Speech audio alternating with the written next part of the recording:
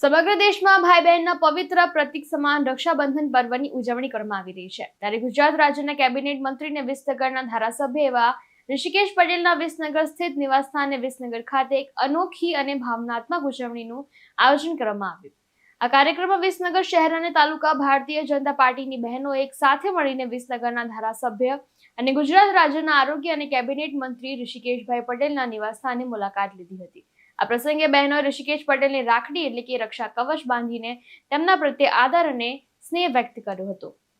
આ પવિત્ર તહેવારની ઉજવણી દરમિયાન તમામ બહેનોએ મંત્રી ઋષિકેશ પટેલના હાથ પર રક્ષા રૂપે એવી રાખડી બાંધી અને તેમના દીર્ઘાયુ તેમજ સુખમય જીવન માટે ભગવાનને પ્રાર્થના કરી હતી। આ કાર્યક્રમમાં શહેર અને તાલુકા ભાજપની મોટી સંખ્યામાં બહેનો જોડાઈ હતી, જેનાથી કાર્યક્રમની શોભા વધી હતી। આ ઉજવણીએ રાજકીય સંબંધોની સાથે સાથે પારિવારિક અને સ્નેહભર્યા સંબંધોને પણ વધુ મજબૂત બનાવ્યા હતા। આ પ્રકારના કાર્યક્રમોમાં સમાજમાં સકારાત્મક સંદેશ તેઓ ફેલાવે છે અને પરસ્પરના જે સંબંધોનું મહત્વ હોય તે પણ દર્શાવે છે। રક્ષાબંધનનો આ તહેવાર માત્ર એક ધાર્મિક વિધિ ન રહેતા તે ભાઈ બહેનના અતૂટ બંધનને વધુ ગાઢ બનાવે છે।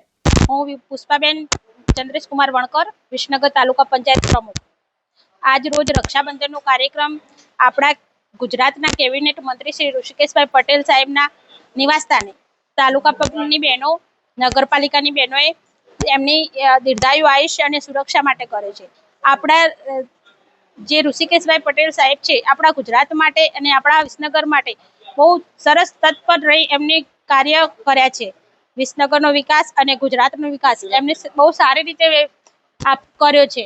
અમે બધી બહેનો એમને દિલ સાથે અને ભગવાનને પ્રાર્થના કરી એમના દીર્ઘાયુ આયુષ્ય માટે ખૂબ પ્રાર્થના કરીએ છીએ અને આ રાખડી બાંધી સાહેબશ્રીની રક્ષા કવચ પૂરું પાડ્યું છે।